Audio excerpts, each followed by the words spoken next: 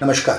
भीमराव अंबेडकर, जिनको हम बाबा साहब भी कहते हैं, इतनी बड़ी शख्सियत थे कि उनके जीवन परिचय को, उनकी बातों को पिरोना, उनकी बातों को सबके सामने प्रस्तुत करना गागर में सागर भरने के समान है।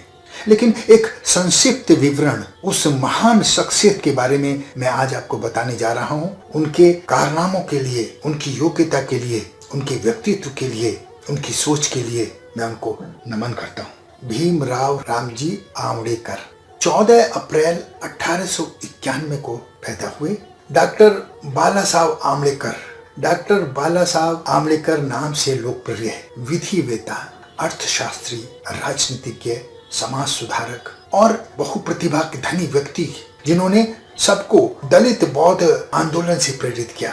अछूतों के साथ भारतीय समाज में जो भेदभाव के विरुद्ध उन्होंने अभियान चलाया, श्रमिकों, किसानों, महिलाओं के अधिकारों का जो समर्थन किया, स्वतंत्र भारत में संविधान के जनक, भारत गणराज्य के निर्माताओं में से एक शख्सियत, इतनी बड़ी शख्सियत थे जिनके जैसा दूसरा व्यक्ति इस दुनिया में हो ही नहीं सकता। अगर मैं उनकी शिक्षा की बात करूं तो प्रारंभिक शिक्षा के बाद माध्यमिक शिक्षा, उसके बाद बॉम्बे विश्वविद्यालय से स्नातक अध्ययन, उसके बाद कोलंबिया विश्वविद्यालय से स्नातकोत्तर अध्ययन, उसके बाद लंदन स्कूल ऑफ इकोनॉमिक्स में स्नातकोत्तर अध्ययन, और जिन्होंने छुआछूत के विरुद्ध पूना पैकेट, धर्म परिवर्तन की घोषणा, संविधान अनुच्छेद 370 का विरोध, समान नागरिक संहिता का जिन्होंने समर्थन किया, ऐसे व्यक्ति बहुत धन्य हैं और बड़ी मुश्किल से इस दुनिया में पैदा होते हैं। अंबेडकर जी का राजनीतिक करियर 1926 से शुरू हुआ और 1956 तक वे राजनीति के क्षेत्र में विभिन्न पदों पर रहे। दिसंबर 1926 में बॉम्बे की गवर्नर ने उन्हें विधान परिषद के सदस्य के रूप में नामित किया।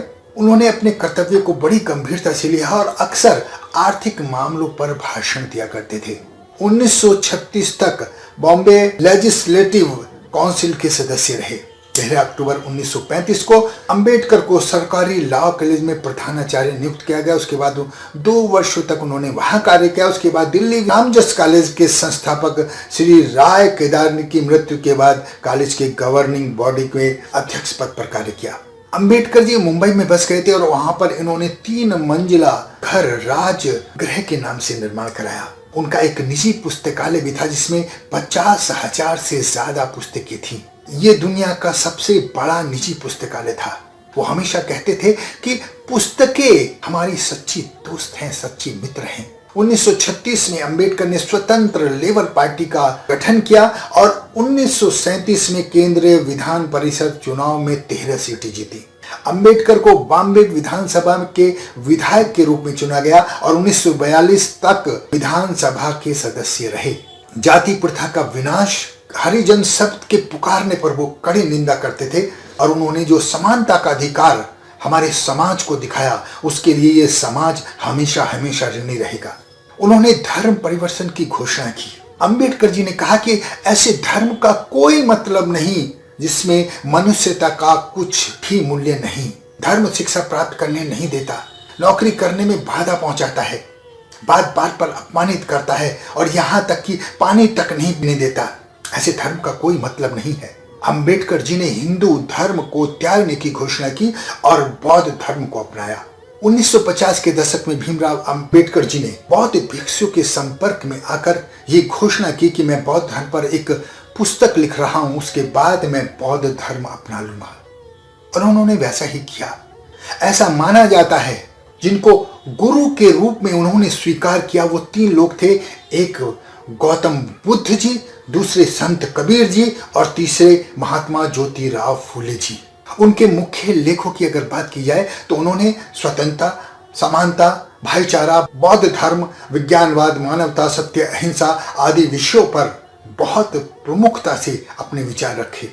बहुत सारी पुस्तकें हैं जिनकी रचना उन्होंने की। वो पत्रकारिता के क्षेत्र में भी रहे। बहुत सारी फिल्में उन पर बनी। उनकी अगर कुछ फिल्मों के नाम मैं लूं तो भीम गर्जना, बालक आंबेडकर, युग पुरुष डॉक्टर भीमराव आंबेडकर, डॉक्टर बाबा साहब आंबेडकर, BR आंबेडकर और तीसरी आजादी, राइजिंग लाइट, रमाबाई, भीमराव आंबेडकर, ऐसी बहुत सारी फिल्में उन पर बनी। बहुत सारे धारावाहिक भी उन पर बने। डॉक्टर ऑफ लॉज LD मानक उपाधि 1952 में कोलंबिया विश्वविद्यालय अमेरिका ने प्रदान की।